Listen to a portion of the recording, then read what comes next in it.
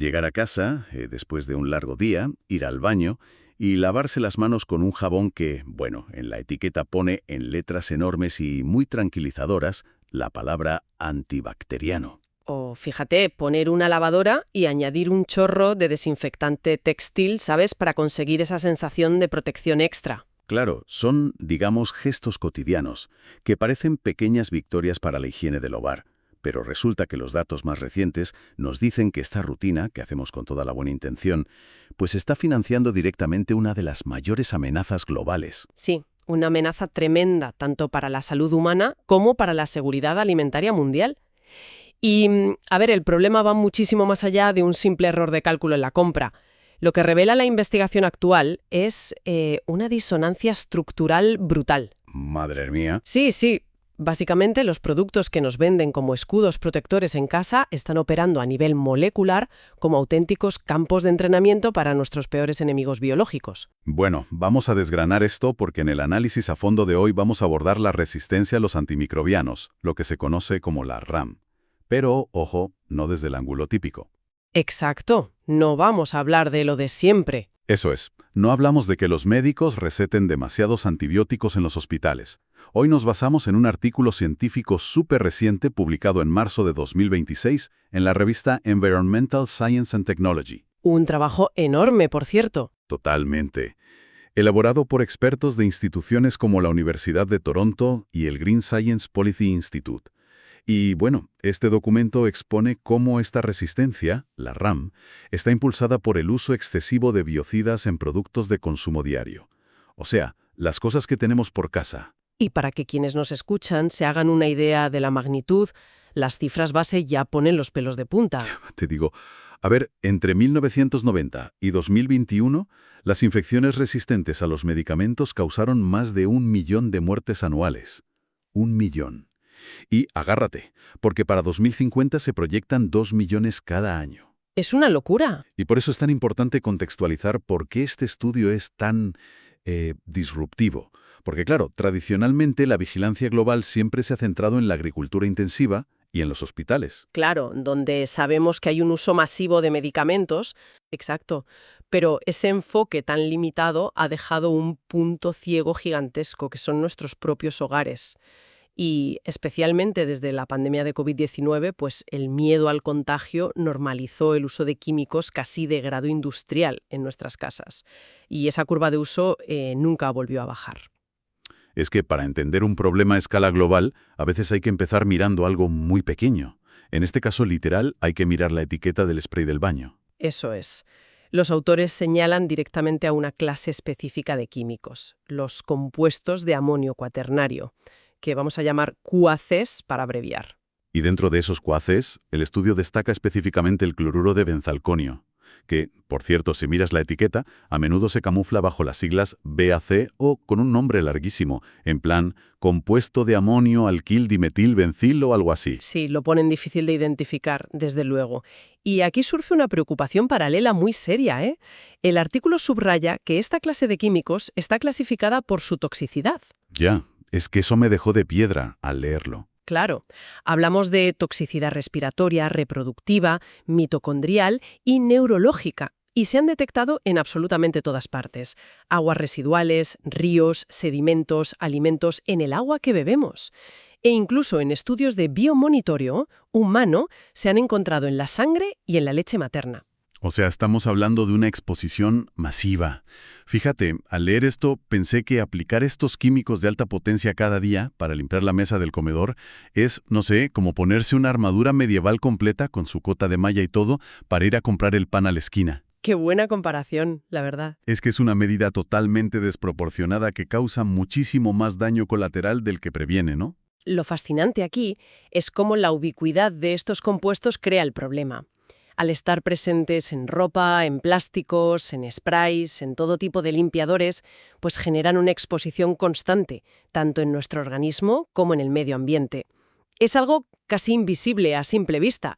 Claro, pero a ver, si estos productos están diseñados específicamente para aniquilar bacterias, ¿cómo es posible que las estén haciendo más fuertes? O sea, un momento, si el desinfectante dice en letras grandes que mata el 99,9% de los gérmenes, ¿No debería simplemente, erradicarlos y ya está? Esa es la pregunta del millón. ¿De dónde sale la resistencia si se supone que todos los bichos están muertos? Pues aquí es donde entra el concepto biológico crítico que el estudio llama concentraciones subinhibitorias. Es decir, cuando usamos el químico puro en la encimera, sí, mata mucho.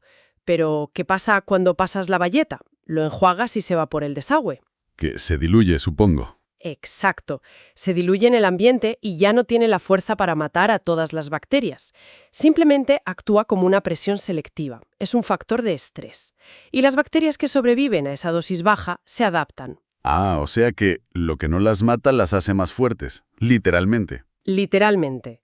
Y el artículo explica 3 mecanismos de adaptación brutales. El primero son las vías de flujo celular compartidas. Básicamente, la bacteria aprende a escupir el químico hacia afuera antes de que le haga daño. Como achicar agua de un barco que se hunde. Eso es. El segundo mecanismo son modificaciones estructurales en su propia membrana para que el QAC directamente no pueda entrar. Y el tercero, que es el más complejo, es la transferencia horizontal de genes, que incluye los famosos genes QAC. Ya esto de compartir genes me pareció de película de ciencia ficción. Totalmente. Las bacterias intercambian material genético entre diferentes especies para pasarse las instrucciones de cómo resistir. Y estas adaptaciones no solo protegen a la bacteria del limpiador doméstico, sino que crean lo que llamamos resistencia cruzada. Y aquí es donde la cosa se pone realmente fea para nosotros, ¿verdad? Muy fea. Esta resistencia cruzada afecta a antibióticos clínicos vitales. Hablamos de fluoroquinolonas, betalactámicos, tetraciclinas. Es que hay un detalle en el informe que es para echarse a temblar. El caso de la Klebsiella pneumoniae. Madre mía, ese ejemplo es demoledor. A ver, explícale un poco porque el estudio demuestra que al exponerse a la clorexidina, que es otro biocida súper común, pues la bacteria desarrolla resistencia. Sí, desarrolla resistencia a la colistina. Y claro, para quienes no estén familiarizados, la colistina es un antibiótico clínico de último recurso. Es lo que te dan en el hospital cuando nada más funciona. O sea que literalmente fregar el suelo del pasillo con ciertos productos podría inutilizar la medicina más potente de una unidad de cuidados intensivos. Es fuerte, ¿eh? Es una barbaridad. La presión evolutiva que estamos metiendo en el ambiente con la limpieza es un suicidio médico. Y claro, la resistencia no se queda confinada en la encimera de nuestra cocina. El problema adquiere dimensiones globales en el mismo segundo en el que el agua sucia se va por el sumidero. Ese es el viaje del que nadie te avisa en el anuncio del limpiador. Pero, a ver, ahí me salta una duda súper lógica. Porque para eso tenemos plantas de tratamiento de aguas residuales, ¿verdad? O sea, ¿no se supone que esas instalaciones purifican el agua y destruyen estas cosas antes de devolverlas a la naturaleza? Pues, lamentablemente, el estudio desmitifica por completo la seguridad de estas plantas frente a este problema. Según los datos, el 25% de los QACs entran directamente al medio ambiente, sin filtro, y el 75% restante va a las plantas de tratamiento. Ya, pero ¿no las neutralizan allí? ¿Qué va? Las plantas se convierten en, palabras textuales, puntos calientes para la transferencia de genes.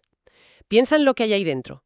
Tienes una densidad altísima y una diversidad brutal de microbios, incluyendo los patógenos que llegan directamente de los desagües de los hospitales. Claro, una mezcla de todo. Y a eso le sumas las concentraciones subinhibitorias de los biocidas de nuestras casas. Biológicamente hablando, es la batidora perfecta para crear superbacterias.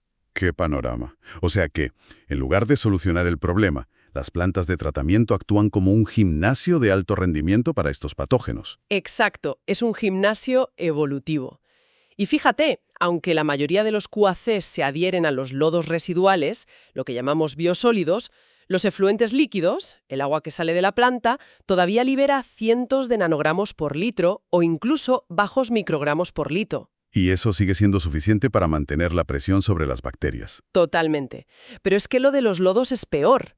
Ese fango contaminado con químicos y superbacterias se utiliza frecuentemente como abono. Ah, claro, como fertilizante. Eso es, así que propagamos el problema directamente a los suelos agrícolas y, por escorrentía, a las aguas superficiales. Y como estos QACs son químicamente súper persistentes y se adhieren fuertemente a los sedimentos, pues mantienen esa presión evolutiva sobre las bacterias muchísimo tiempo después de que la emisión original se detenga. Increíble. Si conectamos esto con el panorama general, la figura 1 del estudio muestra una retroalimentación perfecta, un bucle. Nuestras casas alimentan a las plantas de tratamiento, que a su vez siembran el medio natural con bacterias resistentes que eventualmente acabarán volviendo a nosotros, a través de la comida o el agua. Vale. Entonces, con un riesgo medioambiental y de salud tan sumamente masivo, uno pensaría que el beneficio de usar estos productos antibacterianos en casa debería ser indiscutible para justificar semejante daño, ¿no? Claro, tendría que ser la panacea. Debería salvarnos la vida a diario. Pero aquí es donde se pone realmente interesante la cosa, porque los datos muestran una realidad muy distinta. Yo lo veo como, no sé, imagínate pagar una fortuna para ponerle un alerón aerodinámico de Fórmula 1 a un tractor agrícola. Madre mía, qué imagen. Claro, es que no solo no te va a ayudar a arar mejor el campo, sino que te estorba y te cuesta dinero. Es una analogía perfecta, porque científicamente hablando, no hay ventajas comprobadas de salud pública en entornos cotidianos por usar estos biocidas. Cero. Cero absoluto. Cero absoluto. Organizaciones del máximo nivel, como la FDA, los CDC de Estados Unidos o la propia Organización Mundial de la Salud, recomiendan explícitamente lavarse las manos con agua y jabón normal. El jabón antibacteriano no ofrece beneficios adicionales y, sin embargo, trae todos estos riesgos de toxicidad y RAM que hemos comentado. Y el informe también habla de los desinfectantes para la ropa, que es otra categoría que está súper de moda últimamente. Sí, otra categoría de beneficio cuestionable, por decirlo suavemente. Para el lavado doméstico, usar el detergente normal y agua caliente es perfectamente capaz de eliminar la inmensa mayoría de los microbios de las telas. No hace falta más. Vamos, que el jabón de toda la vida sigue siendo el rey invicto. Sin ninguna duda. La acción mecánica de frotar con jabón tradicional rompe la capa lipídica de los virus y bacterias, los destruye físicamente. No hace falta entrenarlos químicamente para sobrevivir. Bueno, pues una vez destapada la ilusión esta de la protección extra y viendo el verdadero coste biológico que tiene, yo creo que es necesario saber qué pasos recomienda la ciencia para frenar esta máquina de crear superbacterias. Sí, esto plantea una pregunta importante. ¿Cómo revertimos la tendencia sin que nuestras casas se conviertan en un foco de infecciones? Claro, el estudio da 4 recomendaciones muy claras. A ver, cuéntame, ¿por dónde empezamos? Pues a nivel macro, la primera son las políticas globales. Se pide incluir explícitamente los biocidas de consumo masivo en el Plan de Acción Mundial sobre la RAM. Hay que establecer objetivos de reducción y monitorear el agua, igual que hacemos con otras cosas. Vale, me parece lógico. Hay que medirlo para poder controlarlo. La segunda recomendación va de leyes nacionales. Hay que restringir el uso de biocidas en productos domésticos, a menos que el fabricante pueda demostrar un beneficio de salud real frente a la limpieza convencional con jabón. O sea, si no demuestras que tu químico limpia mejor que el agua y el jabón, fuera del supermercado. Exactamente. Y mencionan un ejemplo pionero en el Reino Unido, donde ya han presentado un proyecto de ley al Parlamento para restringir precisamente estos antimicrobianos en productos de consumo. Además de pedir campañas de concienciación pública para romper todos estos mitos del marketing. Sí, porque el marketing nos tiene muy lavada la cabeza con la esterilidad total. ¿Y qué más proponen para las empresas? Esa es la tercera vía, la acción industrial. Proponen implementar incentivos económicos o directamente impuestos, unos gravámenes, por el uso de biocidas que sean persistentes en el medio ambiente. Esto forzaría a las marcas a buscar fórmulas más sostenibles. Si te cuesta dinero contaminar, dejas de hacerlo. La ley del bolsillo, nunca falla. Pero bajemos a nuestro nivel, a quien nos está escuchando ahora mismo. Si alguien realmente necesita desinfectar algo en casa, yo qué sé, ha habido un virus estomacal o algo así, ¿qué hace si no puede usar esos sprays? Pues ahí entra la cuarta recomendación, las acciones individuales. Hay alternativas mucho más seguras y con muchísimo menor potencial de crear resistencia. Por ejemplo, el peróxido de hidrógeno, que es el agua oxigenada de toda la vida. Ah, fíjate. Y también los productos a base de alcohol. Estos matan a los patógenos muchísimo más rápido, por lisis celular. Y lo mejor de todo es que no dejan residuos persistentes y no le dan tiempo a la bacteria para entrenar su resistencia a los antibióticos. Actúan y se evaporan o se descomponen en agua y oxígeno. O sea, que hacen el trabajo sucio y desaparecen de la escena del crimen sin dejar rastro químico. Me encanta. Literalmente. Son la opción más responsable. Pues a modo de resumen de todo este viaje que hemos hecho hoy, hemos viajado desde la falsa seguridad de un jabón etiquetado como antibacteriano en nuestro baño. Hemos bajado por las tuberías hasta las plantas de tratamiento donde las bacterias están ahí intercambiando genes de resistencia como si fueran cromos. Y hemos llegado hasta entender por qué el agua y el jabón tradicional de toda la vida siguen siendo imbatibles, según la ciencia moderna. Es un viaje revelador. Y creo que destaca la importancia de cuestionar el marketing frente a la evidencia científica real. Si quienes nos escuchan cambian este pequeño hábito, se logra un beneficio inmediato para la sociedad. Reducimos la contaminación química en nuestra propia sangre, fíjate, y frenamos la propagación de estas superbacterias. Entonces, después de todo esto, ¿qué significa todo esto a nivel más profundo? Porque claro, te pones a pensar, si nuestra obsesión moderna por lograr la esterilidad absoluta en el hogar, motivada básicamente por el miedo a los gérmenes, ha entrenado sin querer a un ejército invisible de superbacterias. Ya, es una paradoja brutal. Totalmente. Y a mí me hace plantearme qué otras supuestas medidas de seguridad o comodidades modernas, que también están dictadas por el marketing y el miedo, podrían estar socavando en secreto nuestra propia resiliencia natural. Es un interrogante que invita a revisar qué otros hábitos diarios de nuestro estilo de vida podrían estar alterando el equilibrio biológico sin que nos demos ni cuenta. Una reflexión interesantísima, la verdad. Da mucho que pensar sobre lo que consideramos avance y lo que realmente nos protege. Sin duda. Y con ese pensamiento lo vamos a dejar por hoy en nuestro análisis a fondo. Muchísimas gracias por acompañarnos en esta inmersión profunda.